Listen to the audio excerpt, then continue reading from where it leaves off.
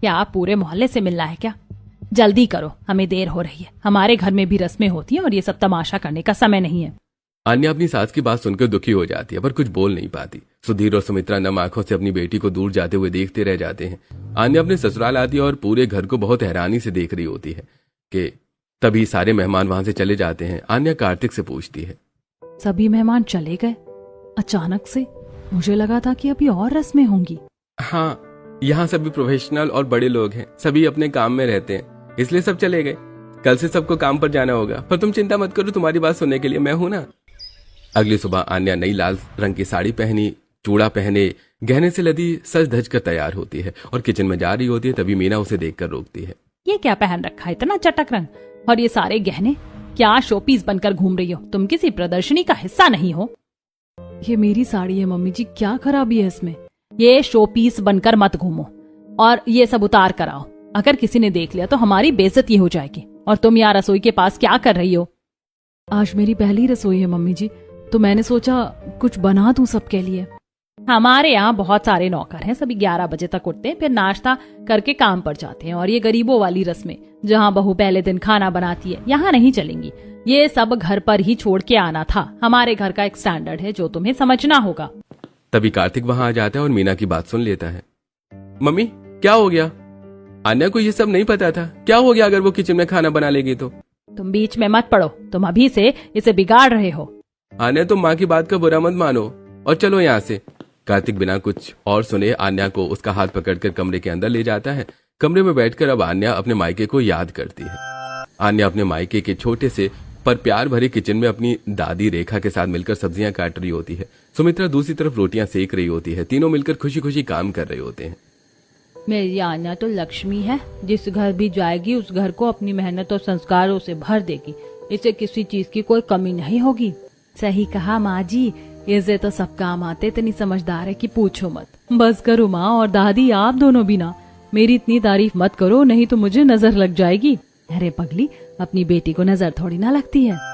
थोड़ी देर बाद 11 बजे कार्तिक के साथ आन्या बाहर आती है। टेबल पर खाना लगता है। तभी वहां कोमल आती है और नौकर रामू से बोलती है, काका मुझे भूख लग रही है, जल्दी से खाना मेरे कमरे में भिजवा दो। ठीक है बिटिया। आन्या देखती है कि खाने की टेबल पर कोई भी नहीं आता है। तब आन्या कार्तिक से पूछती है, क्या बात है, कोई अब तक खाने के लिए नहीं आया?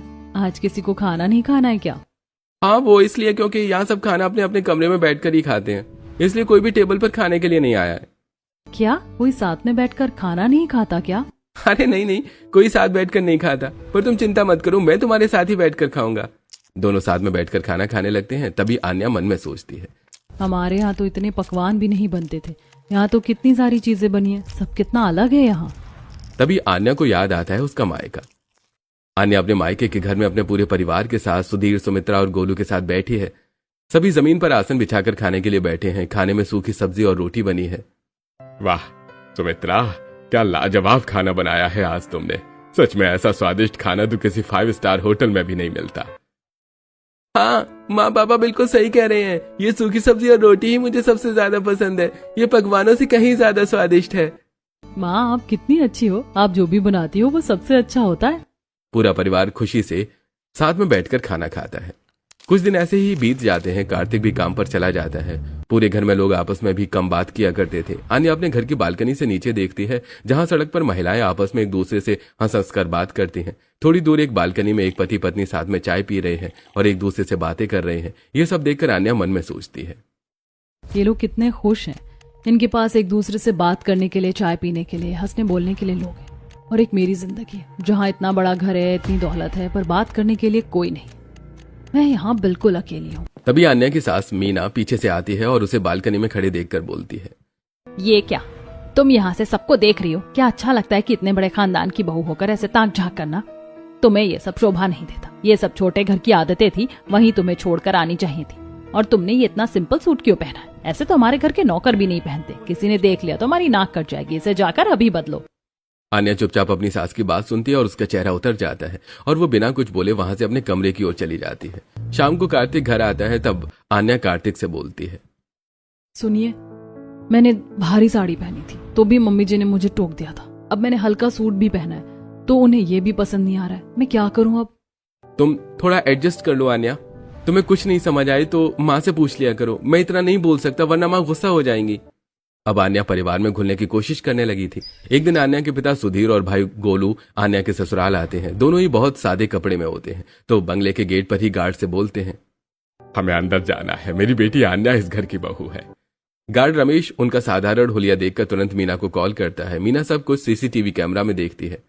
उन्हें अंदर मत आने देना, उनका हुलिया देखा, कह दो यहाँ अंदर जाना अलाउड नहीं है। गार्ड्स उन्हें अंदर नहीं आने देते हैं। अरे नहीं नहीं, अंदर जाना अलाउड नहीं है, आप लोग जा सकते हैं। अरे ठीक है बेटा, अगर तुम अंदर नहीं जाने दे सकते तो ये मिठाई मेरी बेटी आन्या को दे देना, उसे बोल देना कि पापा और भाई उससे मिलने आए थे। तभी अपने कमरे की खिड़की से आन्या अपने पिता और भाई को देख लेती है। वो खुशी से चिल्लाती है और भागते हुए वहां जाने लगती है। तभी सास मीना उसे रोकती है। कहाँ जा रही है? मेरे पापा आए हैं, मुझे उनसे मिलना है।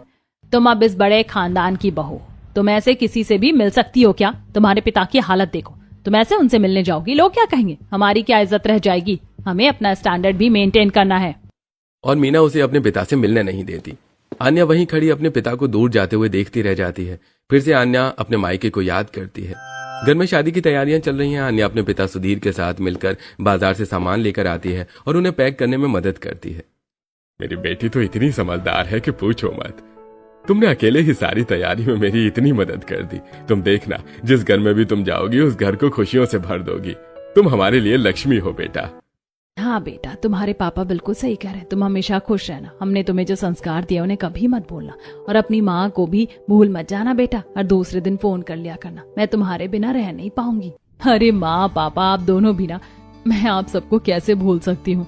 आप दोनों ही तो मेरी दुनिया हो। मैं आपको कभी नहीं भूलूंगी और हमेशा खुश रहूंगी। हमेशा खुश रहो मेरी बच्ची, बस यही हमारा आशीर्वाद है। आन्या रोने लगती है और अपने मन में सोचती है, पिताजी जैसा आप अपनी बेटी के लिए चाहते थे वैसा कुछ नहीं हो रहा है। यहाँ कोई खुशियाँ नहीं है, ना ही कोई अपनापन।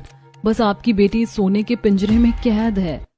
शाम को जब कार्तिक घर आता है तब आन्या कार्तिक से बोलती है, सुनिए, आज मेरे पापा और भाई मुझसे मिलने आए थे और मम्मी जी ने उन्हें गेट से ही वापस भेज दिया, मिलने भी नहीं दिया। क्या है ये तुम्हारे रोज रोज का कुछ ना कुछ लगा रहता है? ये सब बंद करो आन्या, तुम बड़ी भाभी की तरह मत करो अब। बड़ी भाभी? तुम्हारा एक और भाई है? हाँ, मेरा बड़ा भाई भी है। भाभी ने उन्हें अलग कर दिया इस परिवार से, उन्हें यहाँ रहने नहीं था और भैया को भी लेकर चली गई। अब तुम भी वही चाहती हो क्या? इतना बोलकर कार्तिक गुस्से में वहां से चला जाता है। तभी आन्या अपने मन में सोचती है, इस घर में तो बस मेरा एक पति ही था जो मुझे सुनता था। हाँ, वो भी मेरी बात नहीं सुनेगा। अब मैं बिल्कुल अकेली पड़ गई हूँ। एक रात आन्या कार्तिक के साथ अपने कमरे में बैठी होती है। कार्तिक अपना मोबाइल देख रहा होता है। तभी आन्या बोलती है, सुनिए, मुझे अपने पापा से मिलने जाना है, बहुत दिन हो गए हैं। हाँ ठीक है, कुछ दिन रुक जाओ फिर चलेंगे। नहीं, मुझे कल ही घर जाना है। कल कैसे जा सकते हैं? कल तो घर पर कुछ लोग तुम्हें देखने आ रहे हैं, उनके जाने के बाद ही हम जा सकते हैं। आन्या ये सुनकर चुप हो जाती है और सो जाती है। दूसरे दिन आन्या की सास मीना आन्या के पास आती है और उसको एक ड्रेस देती है जो आन्या को अनकंफर्टेबल होता है। ये लो, इसे अच्छे से पहनना। लोगों के सामने ज्यादा हंसने बोलने की जरूरत नहीं है, अपनी हद का ध्यान रखना। इतना बोलकर आन्या की सास चली जाती है। आन्या अपने मायके को याद करती है। आन्या अपने मायके के छोटे से कमरे में जीन्स टॉप पहन के कॉलेज के लिए तैयार होती है। उसकी माँ सुमित्रा कमरे में आती है। वाह मेरी बेटी, क्या खूब लग रही है, एकदम हीरोइन की तरह। मेरा मन तो करता है कि तुम्हें किसी की नजर ना लगे, पर तुम इतनी प्यारी हो कि सबकी नजर ठहर जाती है। वहाँ आप भी ना। अब मैं चलती हूँ वरना कॉलेज के लिए देर हो जाएगी।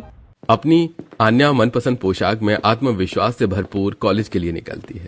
एक वो दिन था जब मैं अपनी मर्जी से कुछ भी पहन सकती थी और माँ मेरी तारीफ करती थी, और एक आज का दिन है जहाँ मैं अपनी मर्जी के कपड़े भी नहीं पहन सकती। हर बात पर मुझे नीचा दिखाया जाता है। शाम को सभी मेहमान आते हैं, आन्या को देखते हैं। थोड़ी देर बाद आन्या को उसके भाई गोलू का कॉल आता है। आन्या तुरंत घबराते हुए कार्तिक को बोलती है, सुनिए, अभी गोलू का फोन आया था। वो बता रहा था कि पापा बहुत बीमार है, वो अस्पताल में भर्ती है, हमें अभी चलना होगा उन्हें देखने के लिए। ये तुम क्या बोल रही हो? अभी इस वक्त हम कैसे जा सकते हैं? मेहमानों को छोड़ के जाना ठीक नहीं है, बाद में ले चलूंगा। मैं अब ये सब कुछ नहीं जानती। मेरे पिता बीमार हैं, उन्हें मेरी जरूरत है, मैं अभी ही जाऊंगी। अब मैं किसी की बात नहीं सुनूंगी। आपको जाना है तो ठीक है, नहीं तो मैं जा रही हूँ। अब बस बहुत हो गया। आन्या वहां से तुरंत हॉस्पिटल के लिए निकल जाती है, जहां वो अपने पिता और माँ को देखती है। आन्या को देखते ही सुमित्रा बोलती है, तू आ गई बेटी, तुम्हारे पिता तुमको बहुत याद कर रहे थे, मिलना चाहते थे बेटा। मुझे माफ कर दो माँ कि मैं नहीं आ पाई और मिल भी नहीं पाई। अभी पापा कैसे हैं? अभी वो आईसीयू में, पता नहीं उन्हें कब तक होश आएगा। तभी कार्तिक भी आता है और अपने ससुर की हालत देखता है। कार्तिक को भी बहुत अफसोस होता है। कार्तिक घर जाके अपनी माँ मीना से बोलता है, माँ, पिताजी, हमने आन्या के साथ बहुत गलत किया है। उसे उसके पिता से मिलने भी नहीं दिया। उनकी तबीयत बहुत बिगड़ गई है। तबीयत ही ना खराब हुई है, इसमें कौन सी बड़ी बात है। मर तो नहीं गए ना, और तो उस लड़की की वजह से हमसे लड़ने आया है। कार्तिक उस वक्त उन्हें कुछ नहीं बोलता और वहां से चला जाता है। लेकिन अगले ही दिन से कार्तिक रोज ही आन्या को उसके मायके ले जाता था ताकि वो अपने माता पिता से मिल सके। ये सिलसिला कुछ दिन चलता रहा। एक दिन आन्या की सास मीना गुस्से से कार्तिक से बोली, क्या तू जोरू का गुलाम बना फिर रहा है? इसे रोज रोज मायके ले जाता है, ऐसे अच्छा लगता है क्या? ये सब इस घर के स्टैंडर्ड के खिलाफ है। आप लोग इतने पत्थर दिल कैसे हो सकते हैं और ये सब कैसे बोल सकते हैं? इंसानियत नाम की कोई चीज है या नहीं है? मेरी पत्नी अपने बीमार पिता से मिलने जा रही है, इसमें दिक्कत क्या है? और इतना बोलकर कार्तिक आन्या को लेकर चला जाता है। एक दिन कार्तिक के घर पे एक बड़ी पार्टी होती है। घर में कई अमीर गेस्ट आते हैं। बातचीत के दौरान मीना मौका देखकर गेस्ट के सामने आन्या को नीचे दिखाने लगती है। मेरी बहू तो मुंह खोलती है तो पता लग जाता है कि गंवार है। इसे कपड़े पहनने का भी ढंग नहीं, न रहने का ढंग है। हम भी क्या करें, गरीब घर की है ना, तो आदतें तो वैसी ही होंगी ना। सब सुनकर भी कार्तिक और आन्या कुछ नहीं बोलते। एक बार मीना घर पर किटी पार्टी रखती है जहाँ बहुत सारी औरतें आती हैं। तभी शशि बोलती है, अरे मीना, तेरी बहू तो बहुत संस्कारी लगती है। हाँ शशि, वरना आजकल के जमाने में घर में कौन सी बहू सूट सलवार पहनकर घूमती है? मेरी बहू तो हमेशा छोटे कपड़े पहनकर बाहरी घूमती रहती है। तुम लोगों को इसमें क्या ही पसंद आ रहा है? ये लड़की तो एक नंबर की गंवार है। इतना समय हो गया शादी को, लेकिन इसका रहन सहन तो देखो, अभी भी वही गरीबों वाला ही है। पता नहीं कौन से कर्म किए हैं जो ऐसी बहू मिली है। ये सब सुनकर कार्तिक को बहुत बुरा लगता है। वो तुरंत आन्या का हाथ पकड़ता है और गेस्ट के सामने ही बोलता है, बस बहुत हो गया। जहां मेरी और मेरी पत्नी की इज्जत नहीं होगी वहां मैं एक पल भी नहीं रहूंगा। कार्तिक आन्या को लेकर अलग एक घर लेकर रहने लगता है। आन्या अब अपने पति के साथ ज्यादा खुश रहने लगती है। जहां आन्या के माता पिता आन्या से मिलने आते हैं, कार्तिक भी उसके साथ वक्त बिताता है और मन में सोचता है, इन लोगों के पास कुछ भी नहीं है, पर फिर भी यहाँ इनसे मिलकर कितना अपनापन लगता है। वहां घर पर सारी सुख सुविधाएं हैं, पर इतना सुकून मुझे कभी नहीं मिला। आन्या के माता पिता चले जाते हैं। उसी रात कार्तिक आन्या से बोलता है, आन्या, शादी के इतने समय बाद भी मैं तुम्हें समझ नहीं पाया, मुझे माफ कर देना। मेरी वजह से आज ये सब तुम्हें सहना पड़ा। मुझे यहाँ आकर तुम्हारे साथ जितना सुकून मिला है उतना कभी भी नहीं मिला। अब आप मेरे साथ हैं, मेरे लिए इतना ही काफी है। दोनों अब खुशी खुशी नए घर में रहने लगते हैं। एक दिन कार्तिक के बड़े भाई को कार्तिक के बारे में पता चलता है, तो कार्तिक का बड़ा भाई और भाभी कार्तिक से मिलने आते हैं। माया बोलती है, हाँ कार्तिक, मैंने भी उस घर में बहुत सहा है। तुम यकीन नहीं करोगे, पर वहाँ अपनी मर्जी से सांस लेना भी मुश्किल था। किसी भी चीज की कोई कदर नहीं है वहाँ। जब से हमने वो घर छोड़ा है, हम दोनों बहुत खुश हैं। पर मेरी इमेज वहाँ ऐसी बना दी गई है कि जैसे मैंने ही सब किया है और मैंने ही परिवार से इनको अलग किया है। अब तुम्हें समझ आया कार्तिक, अब तुम्हें समझ आया कि मैं घर छोड़कर क्यों गया था, बस इन्हीं सब कारणों की वजह से। अब कार्तिक अपने भाई कमलेश और भाभी माया की बातों से बुरी तरह से सहमत हो जाता है। समय बीतता जाता है और समय के साथ साथ कार्तिक के पिता का बिजनेस नहीं चल पाता। मुसीबत की इस घड़ी में जब बिजनेस ठप पड़ जाता है तो उसने अपने रईस दोस्तों से मदद मांगने का फैसला किया। हेलो सीमा, कैसी हो तुम? अब मैंने तुम्हें एक बहुत जरूरी काम के लिए फोन किया है। हाँ मीना बोलो, क्या बात है? तुम इतनी घबराई हुई क्यों लग रही हो? क्या बताऊं सीमा, मेरे पति का बिजनेस पूरी तरह से डूब गया है। बहुत बड़ा नुकसान हुआ है और मेरी तबीयत भी ठीक नहीं रहती। हमें पैसों की बहुत जरूरत है। क्या तुम हमारी थोड़ी मदद कर सकती हो? देखो मीना, मेरा पैसा कहीं फालतू नहीं पड़ा है। मैं तुम्हारे डूबते बिजनेस में एक भी रुपया नहीं लगा सकती। तुम्हें अपने रुतबे पर बहुत घमंड था ना। अब देखो कौन तुम्हारी मदद करता है। माफ करना, पर मैं तुम्हारी कोई मदद नहीं कर सकती। बाय। सीमा ने तुरंत फोन काट दिया। मीना निराश होकर अपनी दूसरी करीबी दोस्त शशि को फोन लगाया। शशि, तुम ही मेरी आखिरी उम्मीद हो। सीमा ने तो मना कर दिया। तुम तो मेरी बहुत पुरानी दोस्त हो। मीना, क्या हुआ तुम्हें? तुम इतनी परेशान लग रही हो। बिजनेस का नुकसान हुआ, मैंने सुना। हाँ शशि, बहुत बड़ा नुकसान हुआ और अब मेरे पास कुछ नहीं बचा है। मेरी मदद करो शशि, थोड़े पैसे दे दो। जब बिजनेस फिर से शुरू होगा तो मैं तुम्हें वापस कर दूंगी। सॉरी मीना, मैं माफी चाहूंगी। मीना, मैं तुम्हारी कोई मदद नहीं कर सकती। तुम ही अपने परिवार को संभालो। Good bye. अब मीना को अपनी गलती का एहसास होता है और दिनों दिन मीना की तबीयत खराब होने लगती है। यह खबर जब आन्या तक पहुंचती है तो आन्या कार्तिक से बोलती है, सुनिए, माँ जी और पिताजी मुसीबत में, हमें उनके पास जाना चाहिए। अब हमें वहां जाने की कोई जरूरत नहीं है आन्या। वो लोग कभी नहीं हमें समझेंगे और ना ही हमारी कदर करेंगे। पर हम उनके बच्चे हैं, चाहे उन्होंने कुछ भी किया हो। हम उन्हें ऐसे नहीं छोड़ सकते। हमें चलना चाहिए। कार्तिक भी आन्या की बात मानता है। कार्तिक, आन्या और कमलेश की पत्नी माया अपनी सास मीना को देखने उनके घर जाते हैं। आन्या और माया दोनों मिलकर बीमार मीना की बहुत सेवा करती हैं। कुछ दिनों बाद जब मीना की तबीयत थोड़ी सुधरती है तो वो भावुक होकर बोलती है, जिन्हें मैंने अपना समझा सभी लोगों ने मुझसे रिश्ते तोड़ दिए। किसी ने हमारा साथ नहीं दिया और जिन बहुओं को मैंने इतना बुरा भला बोला आज वही मेरे लिए खड़ी हैं। माँ जी, परिवार से बढ़कर कुछ नहीं होता।